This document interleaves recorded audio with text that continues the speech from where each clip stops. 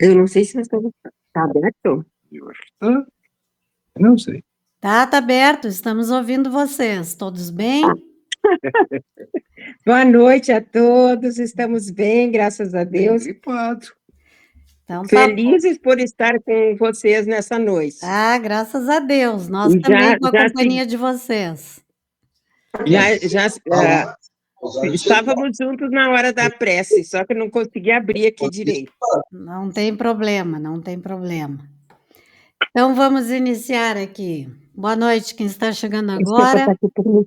Vamos dar início aqui ao nosso estudo. Paramos na aula passada, na questão 239, né, que foi desenvolvida pela Chay e pelo Vilmar, né, que trata das percepções, sensações e sofrimento dos espíritos. Então, nós hoje vamos tratar aqui, a partir da 240, a questão do tempo, né, de duração, como que os espíritos vivem e convivem com a questão do tempo, de como nós compreendemos ou não, tá? Seu Vilmar, poderia fechar o seu microfone, por favor? Como é que eu faço? É só clicar em cima do microfone, desse íconezinho que aparece aí na barra de tarefa. Achou? Não, acho que eu fechei. Não. Não? O senhor mexer com o mouse, vai aparecer um microfonezinho, é o primeiro ícone. Encontrou? Acho que sim. Deu! Agora sim, tá fechadinho. Obrigada. Então vamos lá. Kardec faz a seguinte pergunta, lembrando sempre, né, que quem desejar interromper, pode interromper, perguntar, trazer algo que tenha lido sobre o assunto, tá? Não tem problema nenhum. Então, Kardec faz a seguinte pergunta aos espíritos superiores: a duração, os espíritos a compreendem como nós? E eles respondem: não. E daí vem que nem sempre que nem sempre nos compreendeis quando se trata de determinar datas ou épocas. Para que a gente possa entender melhor, vamos ver aqui o comentário de Kardec. Os espíritos vivem fora do tempo como o compreendemos. Esse é o comentário do Kardec. A duração para eles deixa, por assim dizer, de existir. Os séculos para nós, tão longos, não passam aos olhos deles, de instantes que se movem na eternidade, do mesmo modo que os relevos do solo se apagam e desaparecem para quem se eleva no espaço. Então, aqui, ó, nós temos um pouco de dificuldade de compreender essa questão do tempo, né?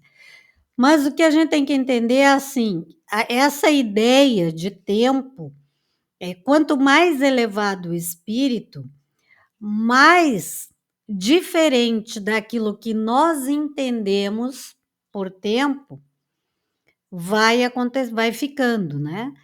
Por quê? Porque quanto mais aqui no orbe terrestre, o tempo é mais ou menos igual ao nosso, tá? Em termos de horas, de dias, de anos. Por quê? Porque está muito próximo do materialismo da Terra. Então, ainda há essa presença do tempo. Quanto mais inferior o espírito, mais no umbral ele se encontra, mais essa questão do tempo se faz também presente.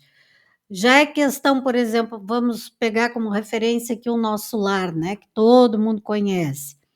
Em termos de evolução tecnológica, quando foi escrito o livro Nosso Lar, lá pela década de 40, quando André Luiz nos traz as informações de Nosso Lar, foi perguntado a ele, né, quanto tempo diferente eles estavam, né? Qual a diferença que eles estariam em relação à Terra na questão da tecnologia? E ele disse que mais ou menos 100 anos à nossa frente. É muita coisa, né? 100 anos é muita coisa em relação a nós aqui na questão de tecnologia, de informação, até porque eles estão próximos aqui, né? Eles ainda estão numa zona umbralina, próximo à crosta terrestre, não tão próximo, mas estão aqui ainda na zona umbralina, tá? Num umbral mais, digamos assim, mais leve, né? Do médio para leve, tá? Mas, em termos de deslocamento, por exemplo, se nós levamos daqui à cidade de Porto Alegre, nos deslocando de Rio Grande a Porto Alegre, de carro, por exemplo, nós levamos menos tempo do que de ônibus, né? Se eles forem fazer isso, eles vão levar, obviamente, um tempo muito menor do que o nosso, né? Quanto mais evoluído o espírito, esse deslocamento no espaço se dá de forma mais rápida. Alguns já conseguem, pela sua evolução, a volitação. Outros ainda dependem de auxílio para esse deslocamento, mesmo no mundo espiritual. Tá? Entenderam aqui essas diferentes colocações? Tá? Alguém quer perguntar alguma coisa? Vamos ver aqui então o que o Miramês nos traz em relação ao tempo, na questão 240. E ele começa dizendo assim: ó, o tempo desaparece diante dos instrutores espirituais. Quem vive irradiando a felicidade deixa de perceber tempo e espaço. Exemplo: quando estamos cercados de companheiros cuja presença nos dá satisfação, as horas passam sem que percebamos. E isso nós já constatamos, né? Quantas vezes nós estamos num ambiente bom, numa conversa animada, quando a gente vê aquele horário já passou.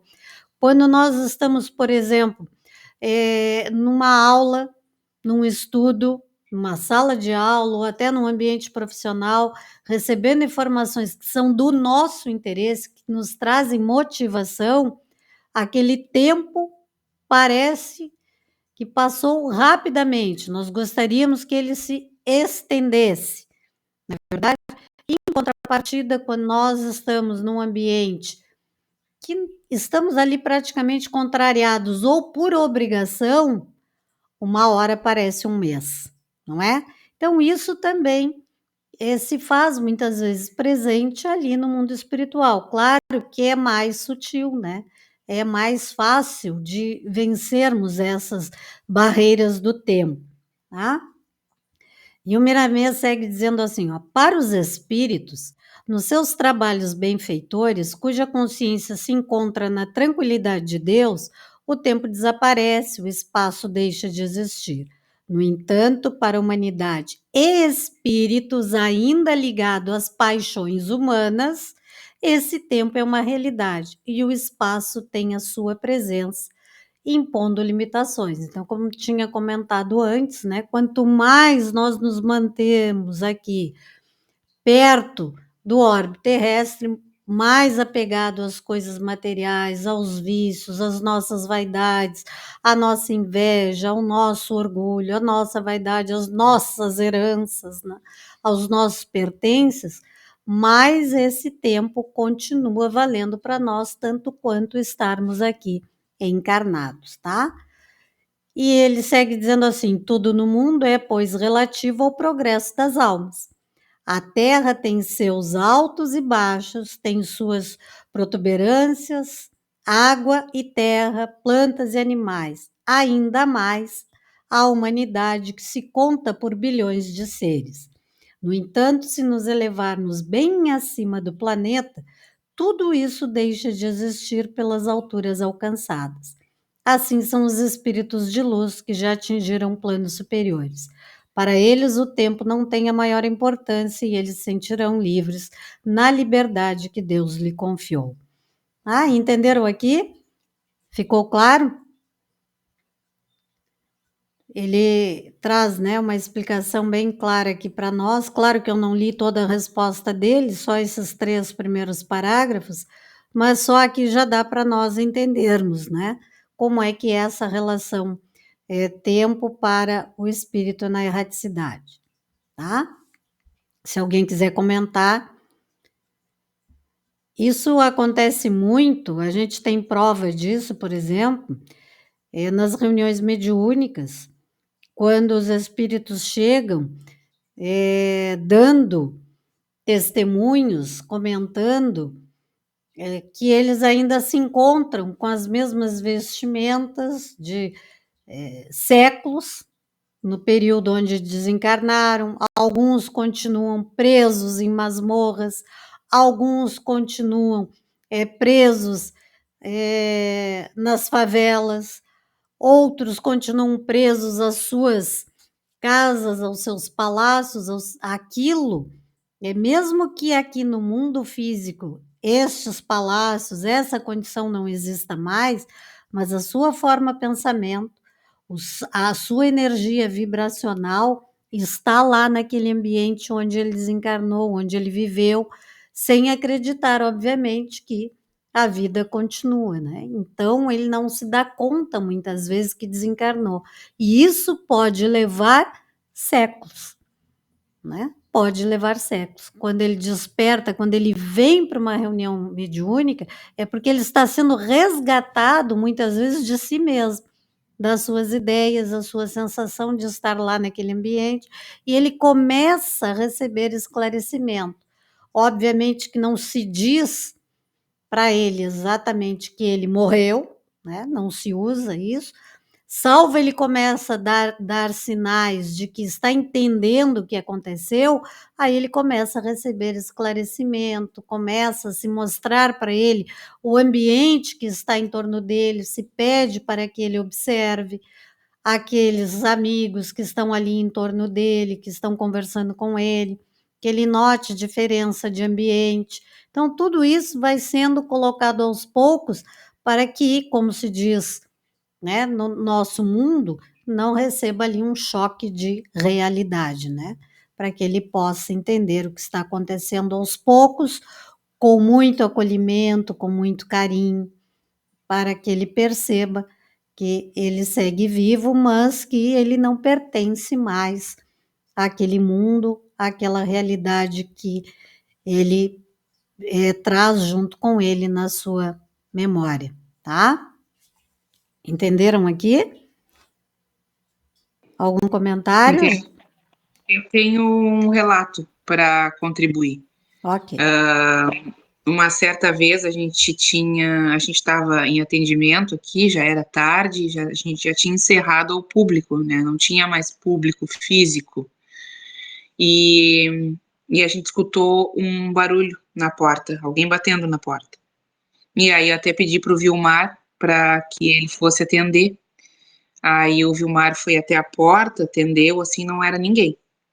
Aí a gente voltou para encerrar ali os trabalhos, a gente sempre encerra com o Pai Nosso e estava organizando o terreiro para deixar organizadinho. E aí a gente escutou uma pessoa falando na assistência, ei! Mas assim, ei! E aí de novo, a gente se impactou. Porque um tempo atrás, a avó Catarina tinha pedido que a gente iniciasse a se prontificar para as reuniões de evocação.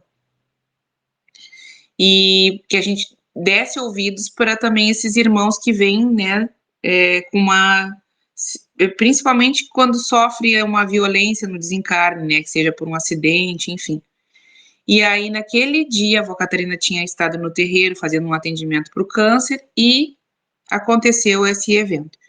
E aí é bem isso que a gente está estudando hoje, porque aí era uma moça relatando, ela deu a cidade, ela deu o evento que aconteceu, depois até eu e o Vilmar a gente foi pesquisar, ver se a gente encontrava, e encontramos os relatos todos que ela deu. E aí a gente começou a escrever e ela começou a falar. Ela disse que ela não acreditava mais em Deus, porque ela tinha sofrido um acidente, ela era, no caso, uma boia fria, junto com a mãe, né?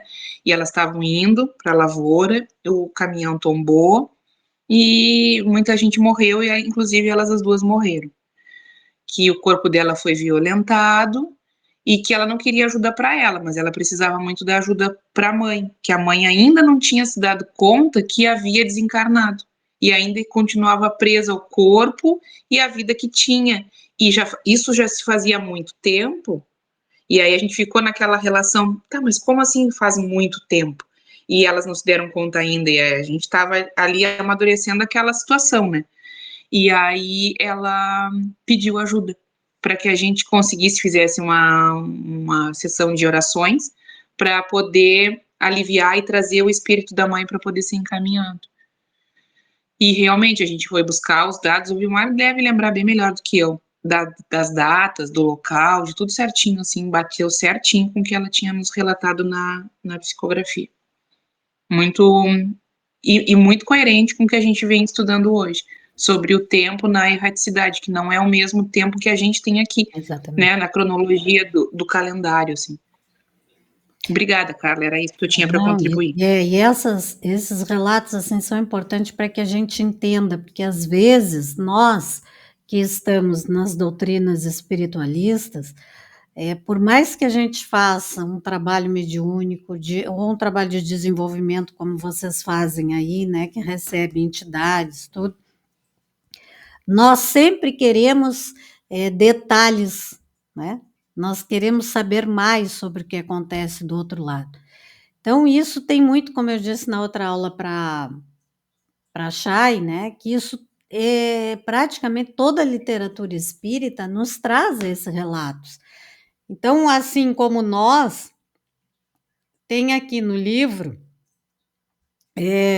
Instruções Psicofônicas, que é um livro muito interessante do Chico Xavier, que ele recebeu todas essas mensagens por psicofonia, né? São autores diversos, e ele traz um relato com o título Um Irmão que Regressa, e ele começa falando sobre quem é esse espírito, né? E ele diz assim: os ensinamentos por nós recolhidos na reunião de 7 de outubro de 1954 constituem, a nosso ver, informações de grande interesse para todos os companheiros que militam no socorro aos desencarnados. O mensageiro espiritual que nos visitou foi o nosso confrade Efigênio Vitor, antigo trabalhador do espiritismo em Belo Horizonte, onde por largos anos emprestou as melhores forças à doutrina que nos reconforta.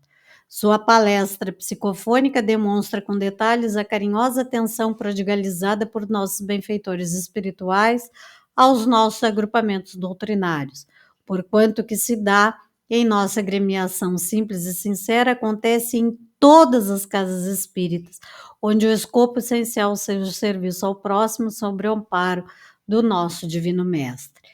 Leiamos-lhe a mensagem consoladora e instrutiva, tá? Prometo para vocês que eu não vou ler toda, mas alguns detalhes aqui que ele faz que dizem respeito ao que nós sentimos, as nossas dúvidas. Ele já começa tratando disso.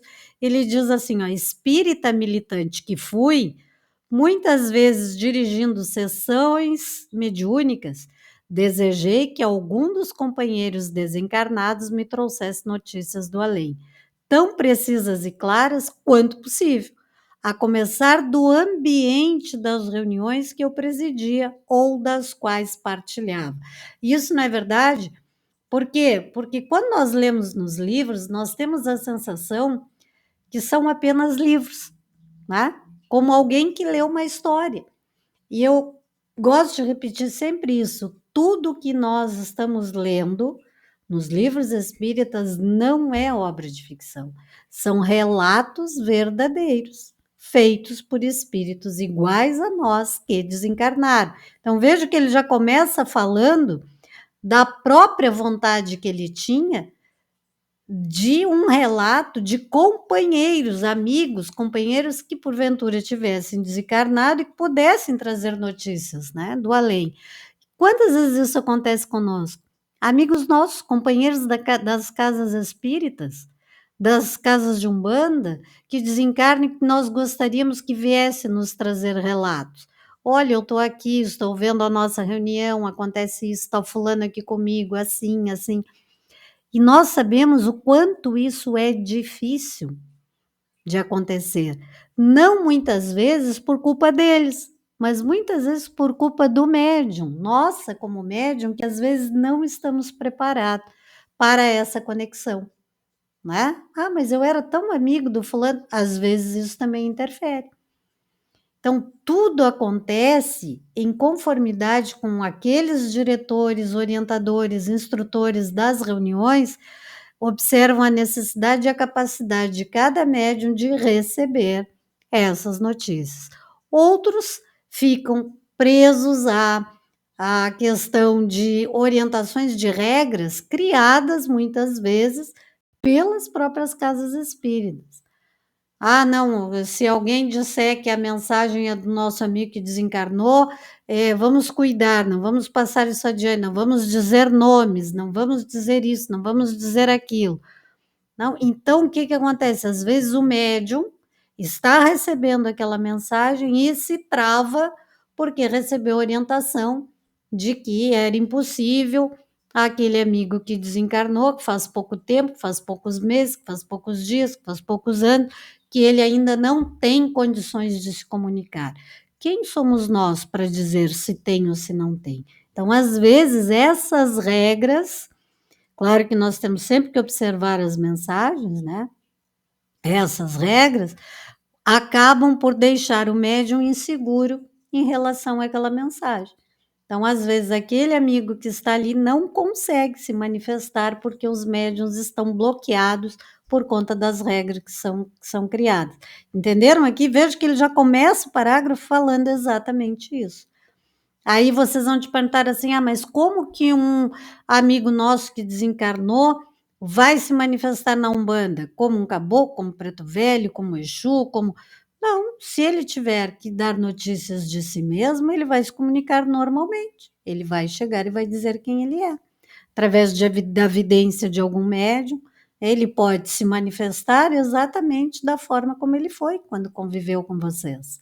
Ele não precisa necessariamente se transfigurar numa entidade como as que dão assistência na casa de Umbanda para se fazer presente. Ele pode dar notícia de si mesmo através da mediunidade de um dos companheiros da corrente que consiga perceber isso. Ah, entenderam? Alguém quer perguntar? Entendi. Se eu puder fazer uma outra contribuição, eu gostaria também, bem pertinente com o que tu relatou agora. Com certeza, com certeza. Todo relato aqui é bem-vindo, tá? Senão, e na verdade fica até menos cansativo do que só eu ficar lendo, né? De repente vocês ficam até com sono. Tá? Certeza. Tá. A gente iniciou como um grupo de estudo, né, em 2016. E daí o Pai João disse que a gente só teria autorização para abrir para assistência quando ele visse que a gente já tinha, pelo menos, assim, uma pré-escola do que seria esse trabalho com a espiritualidade. E a gente ficou um bom tempo estudando, e ele disse que a primeira gira que tivesse, a primeira gira de Umbanda que tivesse, ele ia convidar algumas entidades para vir assistir, que seria o Caboclo Aimoré, que era um mentor espiritual da mãe do Eduardo, que ela é ministra da Igreja Católica, e ela sempre foi muito relutante com a Umbanda, né? Até hoje ainda é. Ele iria convidar o Caboclo Aimoré, que era o mentor dela, o Caboclo Sete Flechas, que é o mentor espiritual da Júlia, minha neta, e o Tupinambá, que é o mentor espiritual da Ingrid. E elas moravam em Pelotas, cada uma numa casa, assim, a Ingrid e a Júlia juntas, e a mãe do Eduardo longe, assim, lá no Laranjal. E aí tá bem. E aí chegou num belo dia e ele disse, hoje vai ser agora, disse assim com uma antecedência, hoje, no caso, ele me disse que semanas para frente seria a primeira gira de Umbanda. E aí eu comentei com o Eduardo, a tua mãe vai vir na primeira gira de Umbanda. E o Eduardo disse, olha, eu acho muito difícil, é quase impossível ela vir nessa gira de Umbanda. E ele disse, tá, mas tu quer que eu fale alguma coisa? Eu digo, não precisa falar, porque o Pai João disse que ela vai vir. E que nessa primeira gira de Umbanda, a gente vai fazer um batizado, mas que não vai ser um batizado aberto. vai ser um batizado velado para crianças que desencarnaram de um galpão, que era uma creche, lá no Mato Grosso do Sul, e essas crianças, e aí pegou fogo porque a instalação era bem precária, a instalação elétrica era precária, e o galpão pegou fogo, as crianças desencarnaram, e essas crianças, muitas delas não eram nem batizadas, então em uma determinada hora da sessão mediúnica, eu vou jogar água no ambiente, mas só tu sabe o que está acontecendo ali, porque expor isso para uma ministra da Igreja Católica, já numa primeira gira, ficaria um pouco constrangedor. A gente já tinha certeza de que ela estaria presente.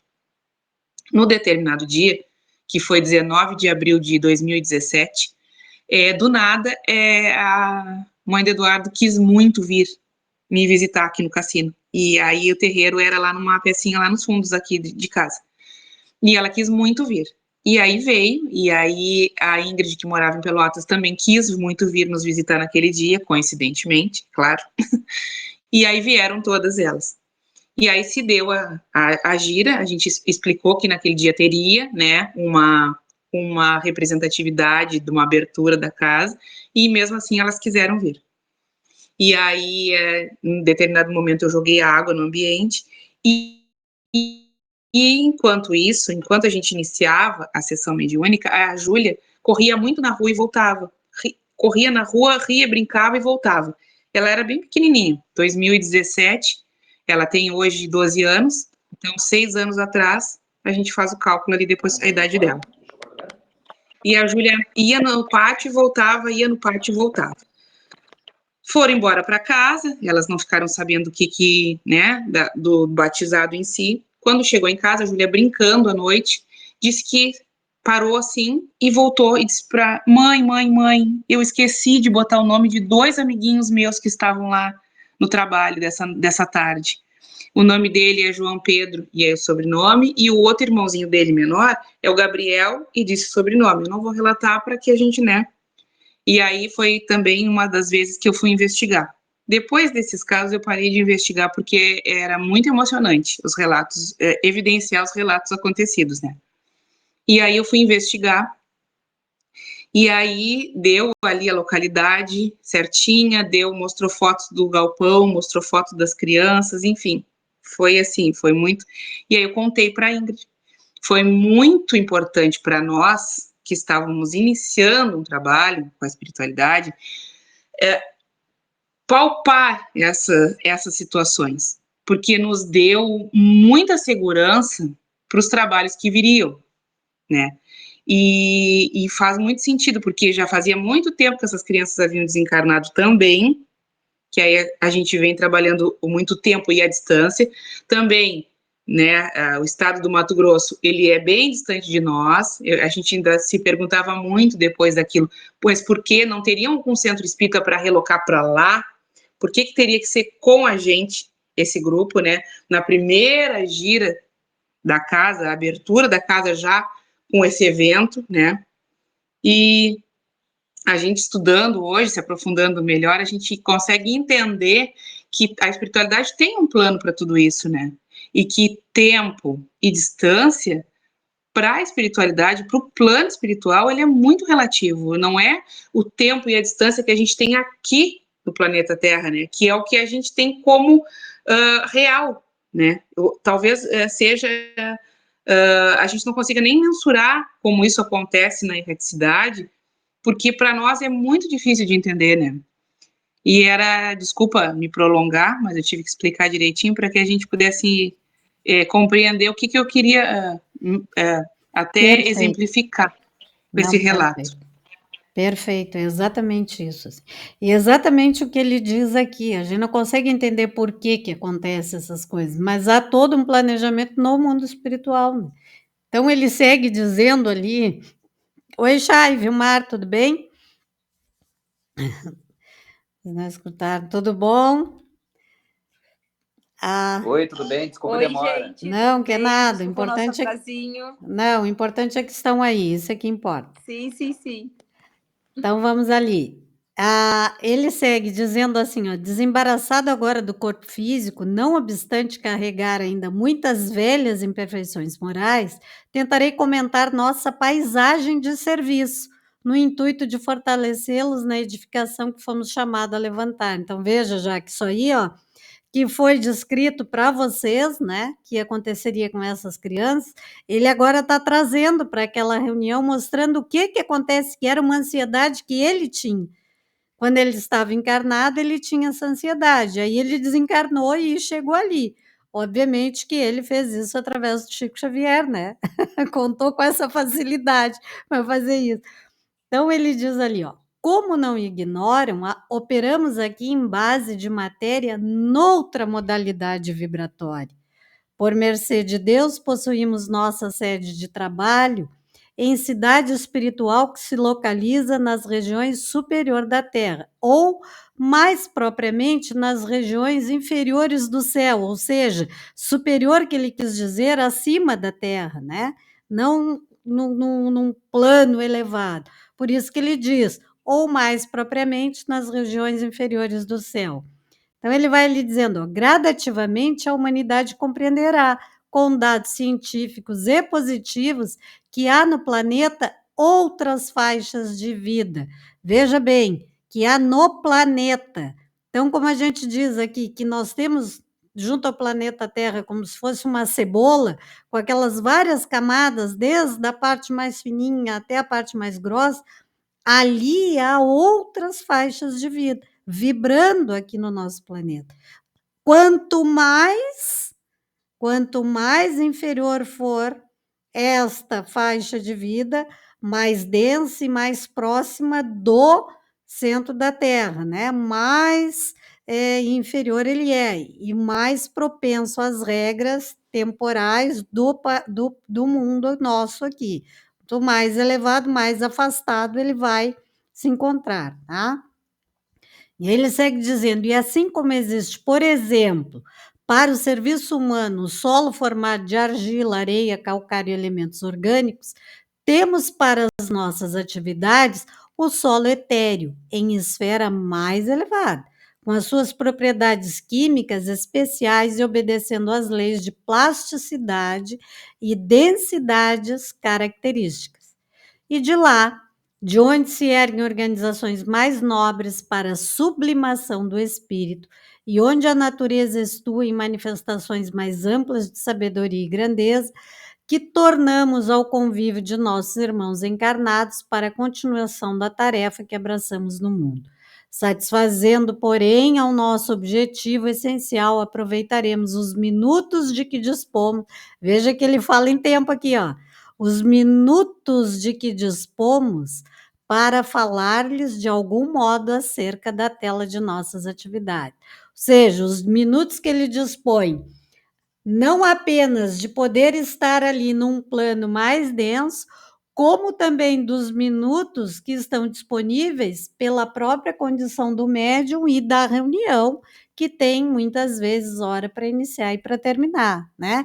Então, respeitando estes minutos, ele ia procurar ali dar uma ideia do ambiente que ocorre no plano espiritual relativo àquela casa de preces, onde ali tínhamos o Chico Xavier como médium, obviamente que aqui que nós estamos tratando de um plano um pouco mais elevado, né? Porque Chico tratava, recebia muitos espíritos de alta envergadura, então a casa que ele atuava no plano físico, que tinha sua representação no mundo espiritual, era com certeza num plano mais elevado, por exemplo, do que as nossas, por assim dizer, tá? Considerando a envergadura do médium, certo? Não que ele só recebesse espíritos evoluídos e de luz, não, ele também tinha na casa dele reuniões de desobsessão, tá? E recebia espíritos inferiores também para serem tratados, até porque a mediunidade dele era de pura caridade, né?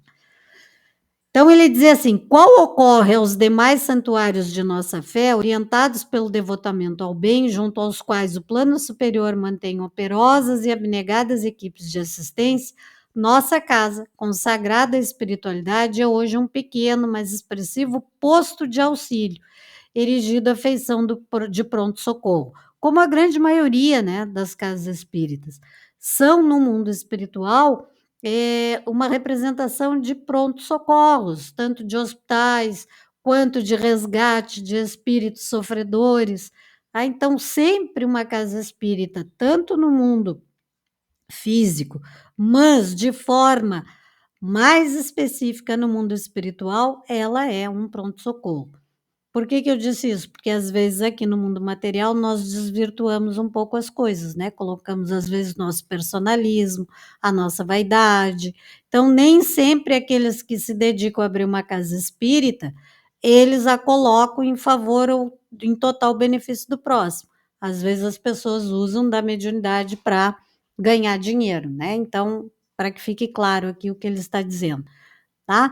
Com a supervisão e cooperação de vasto corpo de colaboradores e que se integram médicos e religiosos, inclusive sacerdotes católicos, ministros evangélicos e médiuns espíritas já desencarnados, além de magnetizadores, enfermeiros, guardas, padioleiros, temos aqui diversificadas tarefas de natureza permanente.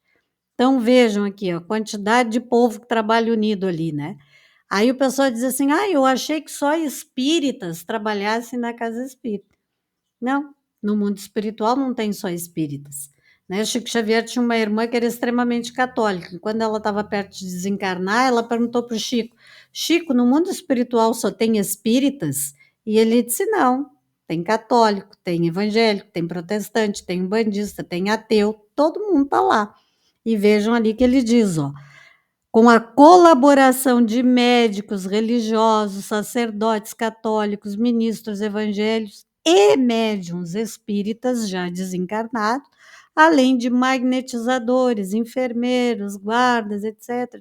Todo mundo está disponível para a tarefa, quem se coloca disponível, tá?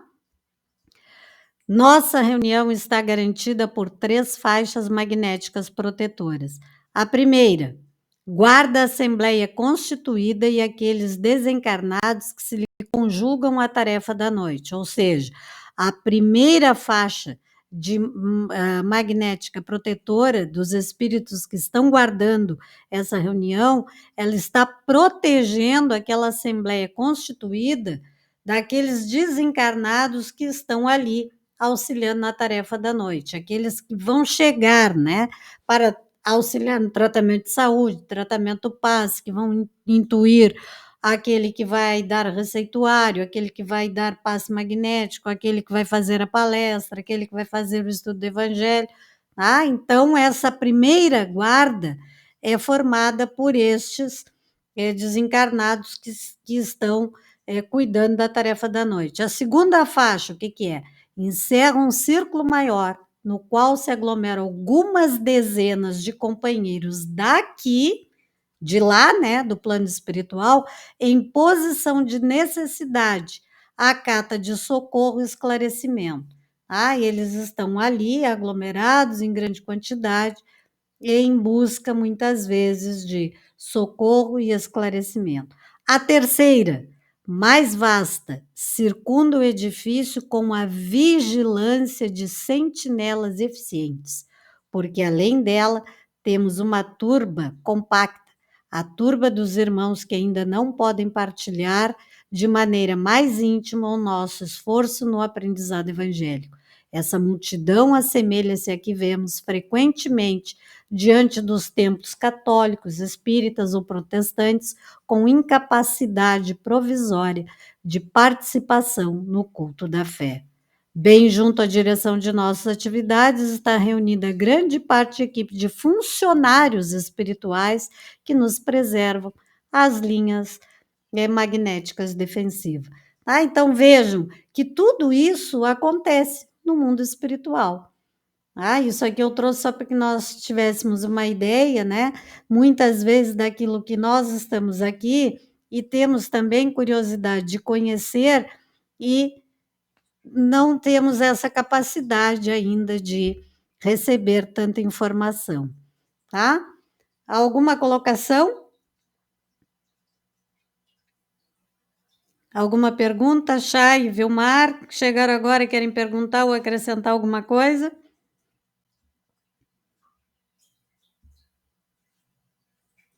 Não, tá Não, tudo tranquilo. não, tá Tá ótimo. tranquilo? Seu Vilmar, dona Naura, que já tem aí um bom trabalho à frente da doutrina espírita, algum relato para enriquecer o nosso estudo?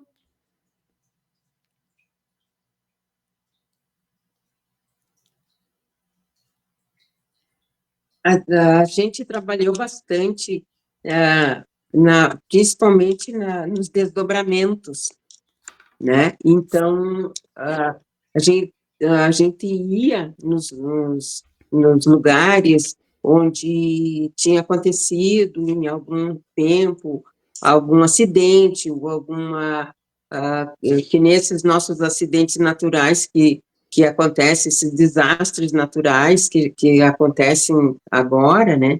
Sim. E, então, tinha muito espírito que há muito tempo esperava se sentia na mesma situação que tinha do desastre que tinha acontecido e não tinham condições de reagir. E aí eles contavam que aquilo ali era uma repetição o tempo todo do fato que tinha acontecido. E quando eles se veem, se achando que estão ainda sujos, ainda afogados, ainda no meio da guerra e coisa e tal, e se veem numa outra situação, conseguem ver a ajuda que recebem, eles são encaminhados. Mas muitas vezes relatando que há muito tempo, e não tinham noção do tempo que fazia. Né? Exatamente. Muito obrigada. Então, o Vilmar tem, inclusive, anotados algumas coisas que o grupo dele trabalhou e os lugares que foram e tudo, no final, eles anotavam. Agora, como eu sou inconsciente, sim. Eu só sei o que as pessoas anotavam, Certo. porque eu não lembro depois. Não lembra. Eu acho que eu não estou muito forte para lembrar. Nós temos uma colega no nosso grupo mediúnico que ela dá as comunicações e depois ela não lembra também, muito vagamente, assim. E a orientação que venho é que foi exatamente essa, que ela ainda não tem condições de lembrar, porque ela traz relatos muito sofridos, assim, muito sofridos. Então, é bem como a senhora falou agora, o termo que foi usado aqui o tempo todo pela senhora foi o tempo que estão lá, o tempo que aconteceu. Então, essa noção de tempo é diferente lá, né? É diferente. Aqui para nós, por exemplo, agora, né? A nossa enchente aqui, essa dor que nós passamos, para nós já passou, né? Faz aqui 3 meses, 4 meses, mas para aqueles espíritos que desencarnaram, que morreram ali soterrados, afogados, muitos ainda estão lá presos. Para eles ainda é hoje aquele fato. As consequências continuam aí, nós sabemos, mas o fato em si que eu estou dizendo, né? A enchente passou, né? Mas tem espíritos, muitos que desencarnaram ali, que continuam lá, embaixo do rio, embaixo do lodo, preso nas casas, tem muitos, nós temos recebido muitos assim. Então, para eles, o tempo ainda não andou, eles ainda estão presos lá naquele tempo. E é muito difícil, muitas vezes, lidar com isso, né?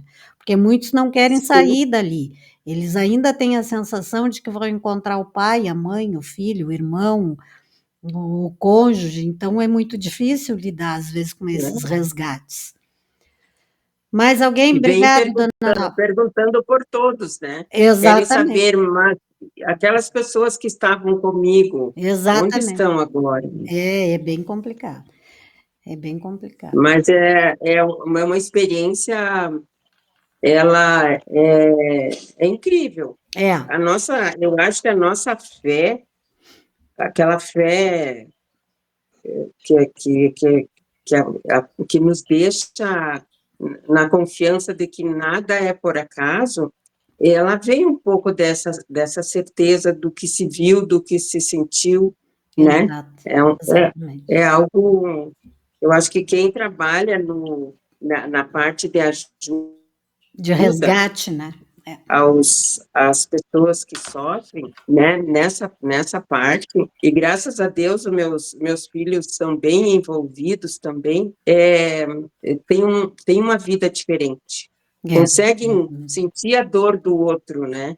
E a gente... É uma bênção, Verdade. e a gente só tem a agradecer. Em relação a um tempo que não pode ser perdido. Não pode mesmo, temos que continuar.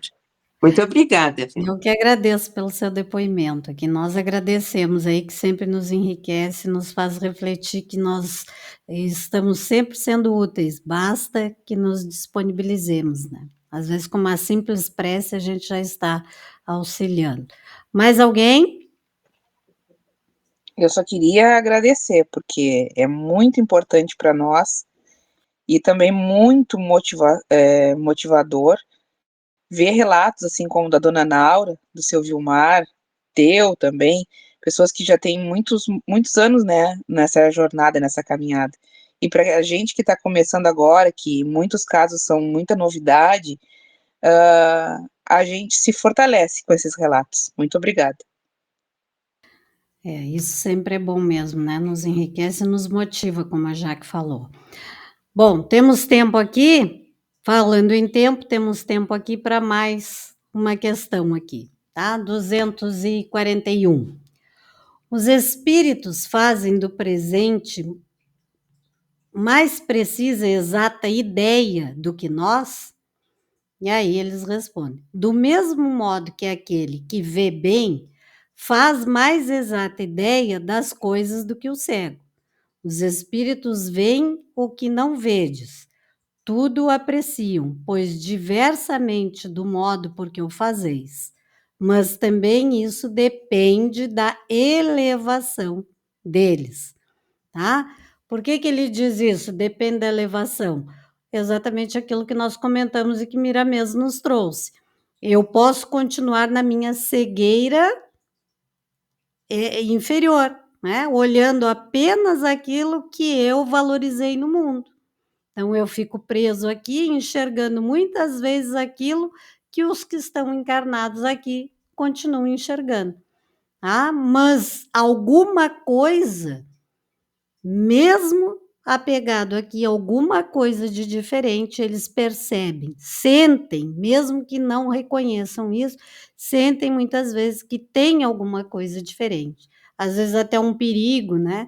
Às vezes aqueles que estão apegados às suas coisas enxergam que está sendo compartilhado com uma pessoa que eles não gostariam que fosse, né? Mas não enxergam muito além daquilo que é o seu objetivo. Enquanto aqueles mais evoluídos têm uma visão maior daquilo que está acontecendo. E quanto mais evoluído, mais possibilidade se tem de conhecer, inclusive, as próximas existências, o que irá acontecer, né? Como nós, quando trouxemos aquele relato que vocês lembram, né? Aquela entrevista com o morador de Júpiter, que foi perguntado a ele se eles tinham permissão de conhecer o futuro. Ele disse algumas coisas sim. Né? Então, quanto mais nós vamos evoluindo, essa visão, essa ideia de tempo, como nós conhecemos aqui, vai, como diz o ditado popular, caindo por terra, literalmente caindo por terra. E no mundo espiritual nós vamos ampliando essa nossa visão aos poucos, conforme a nossa evolução, obviamente, tá? Algum colocamento aqui? Então vamos mais uma, só para ocupar o nosso minuto aqui. Como é que os espíritos têm conhecimento do passado? E esse conhecimento lhes é ilimitado? Isso aqui é uma questão para muito debate, né? Para muitos cuidados nós temos que ter com isso. Então, a resposta: o passado, quando com ele nos ocupamos, é presente. Então, ou seja, aquilo que está acontecendo na nossa reencarnação, né? Verifica-se então precisamente o que se passa contigo quando recordas qualquer coisa que te impressionou no curso do teu exílio. Simplesmente, como já nenhum véu material nos tolda a inteligência, lembramos-nos mesmo daquilo que se te apagou da memória, mas nem tudo os espíritos sabem, a começar pela própria criação. Ou seja, então, tudo é limitado. Quando nós vamos, muitas vezes, buscar conhecer o nosso passado, acabamos por atrapalhar o nosso presente, até mesmo trazendo consequências sérias para o nosso futuro. O que foi, já foi. Então, hoje, no nosso grupo de estudo, nós comentamos isso, que vem um relato de uma mãe, né, do nosso grupo de estudo, que nos chocou muito, nessas terapias de regressão, o cuidado que se tem que ter com isso, porque se foi colocado um véu do esquecimento, é porque nós não estamos em condições de saber o que aconteceu lá atrás, né? Então, se vai atrapalhar, o médium tem que ter muita noção do que ele vai dizer para um paciente. E o que aconteceu com essa mãe? Ela tem um filho de mais de 50 anos que a vida toda foi dependente químico. E num determinado período, na ânsia de querer resolver isso, ela disse que aí relato de 20 e poucos anos atrás, ela foi orientada aí numa terapia dessas de regressão. E o filho foi junto, foram juntos para descobrir por que ele, senão, ele não conseguia vencer, né, essa questão da dependência química. E essa terapeuta, essa médium, não sei, ela não disse direito quem era, até por uma questão de ética, né? Disse para eles, né, na frente dela, que isso era um resgate, obviamente a gente sabe, e que ele tinha matado ela em outras vidas. Tá? Olha o problema que gerou aí. Né? Houve revoltas, provavelmente ela deve ter dito por quê, né, que ele a matou em outra encarnação, e o filho começou, ao invés de resolver o problema se agravou, porque ele vivia jogando isso para ela como uma justificativa e ainda dizia mais, se te matei em outra vida, posso te matar nessa também. Vocês imaginem isso, né, dentro de uma casa. Por isso que nós não temos essa capacidade de saber com quem nós estamos caminhando lado a lado, principalmente no nosso círculo familiar. Não é conveniente isso. Se não vai ajudar, é melhor que fique lá, né? O que está oculto virá a ser descoberto quando nós tivermos condições morais, espirituais e intelectuais para suportar isso. Se vai atrapalhar, se vai trazer transtorno e vai colocar uns contra os outros dentro de uma família que foi reunida para se resgatarem ali pelo amor, pelo perdão, é um prejuízo muito grande. Então, né, um médium que faz isso, ele não está contribuindo de forma nenhuma, ele está simplesmente agravando o processo. No caso desse filho com essa mãe, ela, como mãe, sempre resignada, né? Continua, ele sempre morando com ela, com os pais, né? Porque se não são eles, ele estaria, fossem eles, ele estaria na rua, né? Então, continuam ali. É um sofrimento diário, enquanto Deus der forças, enquanto ela tiver permissão, eles tiverem permissão de manter isso aí, ela vai seguir. Mas ela diz que volta e meia ele traz esse assunto e gera este atrito dentro de casa. Então, nós temos que entender, né? Se Deus não nos permitiu, é porque nós temos que lidar com aqueles que estão conosco sempre pela dor, pelo amor e pelo perdão e pela paciência, pela resiliência, né? A gente tem que entender isso, não tentar colocar o passado no presente achando que ele vai resolver as coisas e às vezes não vai, né? Só piora. Tá bom? Ficou claro aqui? Ficamos com a questão 243 para a semana que vem. Alguém Oi, quer... Carla! Oi, tudo bom? Boa noite. Eu não estou vendo vocês na tela, vocês estão me vendo? Estamos. Eu peguei o assunto no meio, mas eu vou contribuir. Eu estou estudando na parapsicologia TVP, terapia de regressão de vidas passadas. E aí achei muito interessante isso. Não sei se a caráter de uma história real que você devia estar contando, né? Sim, uma história real de uma senhora do meu grupo de estudo da Casa Espírita. Um relato muito triste, inclusive, que nos emocionou muito. Na terapia regressiva, como terapêutica, não é permitida a entrada de ninguém junto, né? Muito menos criança, é proibido que criança faça terapêutica. A idade mínima é 25 anos, que é a idade que o córtex pré-frontal já fechou, e preferencialmente ela na experiência, né? Ali eles não botam um caráter que eles chamam de mediúnico, mas trata da vida passada, como se dissesse que fosse um acesso ao próprio campo mental. E ali não é permitido fazer qualquer tipo, como terapeuta, né? Isso no estudo de parapsicologia, qualquer revelação. Quem revela através da fala é a própria pessoa. Ela vai, onde você está? Estou ali, estou num tal lugar. Ela vai liberando a certa memória em que ela acessa. Que no estudo de parapsicologia, a gente que é espírita, né, a gente acredita na vida, que a gente tem uma vida pregressa, mas tem gente que vai até o consultório e é católico, ou que é evangélico, não acredita na vida passada. Mas aí ele volta à memória intrauterina. E aí a funcionalidade desse processo, que eu estou até estudando nesse livro, é destravar qualquer memória que tenha algum processo emocional que impede aquela pessoa de viver, que é a gente aqui no Espiritismo, a Obey e Kardec purinho, se a gente for comparar. Mas ninguém dá revelação alguma. Ela, através da fala e do processo hipnótico que ela mesma se induz, ela é que vai falando o que ela sente, o que ela percebe, o indutor, o condutor só conduz, nada é dito. Então, é ruim, né, quando algo é falado, foi a parte que eu peguei, né, Exatamente. que algo foi revelado à mãe.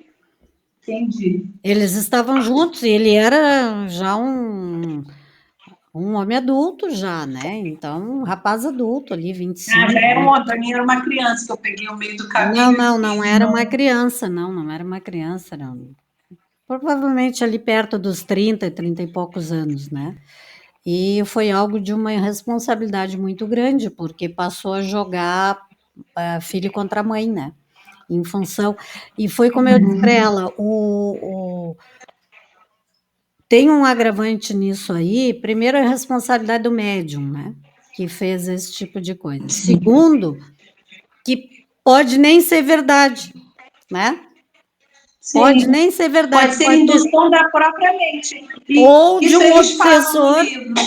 um obsessor, né? De uma influência obsessiva que acompanha o rapaz, que faz uso da mesma dependência química com ele, e para criar maior atrito, acabou criando essa situação. O médium, na sua vaidade, né, não percebeu isso aí.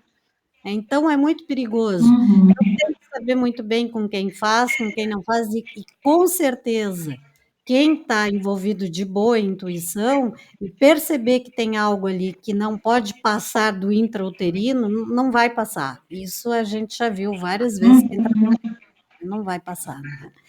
Então, é complicado essas coisas. Às vezes é que eu digo, não mexe com o que está quieto, que às vezes se já está ruim do jeito que está, pode piorar. Então, toca. Aqui não vai mudar nada, né? Exatamente. Então, toca para frente, né? Toca para frente. Para trás, não. Quem dá para trás é caranguejo. Então, deixa assim.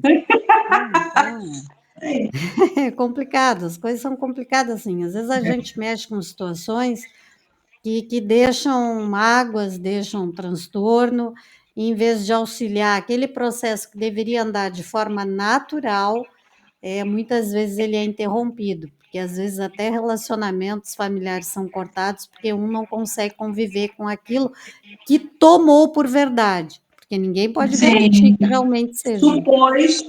Exatamente, isso é verdade. Mais alguém? Não? Então, vamos encerrar aqui. Fica disponível para quem quiser fazer a prece final, quem gostaria, quem se candidata. Eu me candidato, então, Ok, atrasada. então tá bom, então vamos lá. Então, fechamos nossos olhos, elevemos os nossos pensamentos a Deus. Lembrando que, como eu só peguei o finalzinho, toda e qualquer ferramenta que vem para a gente, se não for no intuito de trazer conforto, se não for no intuito de trazer benevolência, florescimento ao coração daquele que está na nossa frente, a nossa própria mente, a gente deve, como o Chico fala, guardar o silêncio, que é a coisa mais preciosa que muitas vezes a gente não consegue trabalhar, né? O nosso silêncio, a nossa prece, a nossa oração. Então, que a gente esteja sempre juntos, unidos, trabalhando nossa compreensão, o nosso estudo, para que a gente saiba a hora de falar e também a nossa hora de calar. Então, façamos juntos a oração que Jesus nos ensinou. Pai nosso que estás nos céus, santificado seja o vosso nome, venha a nós o vosso reino, seja feita a vossa vontade, assim na terra como no céu. O pão nosso de cada dia nos dai hoje, perdoai as nossas ofensas, assim como nós perdoamos a quem nos tem ofendido. E não nos deixeis cair em tentação, mas livrai-nos do mal. Amém. Ave Maria, cheia de graça, o Senhor é convosco. Bendita sois vós entre as mulheres, bendita é o fruto do vosso ventre, Jesus. Santa Maria, Mãe de Deus, rogai por nós, pecadores, agora e na hora de nossa morte. Amém. Estaremos sempre unidos e reunidos em nome de Deus, Pai, Filho e Espírito Santo. Amém. Ótima noite para vocês. Que assim seja. Boa noite para todos e um ótimo final de semana que se aproxima. Que assim Tchau, seja. tchau, gente. Estou parando aqui a nossa gravação. Vamos ver quem... Eu não consigo. Parei um pouquinho.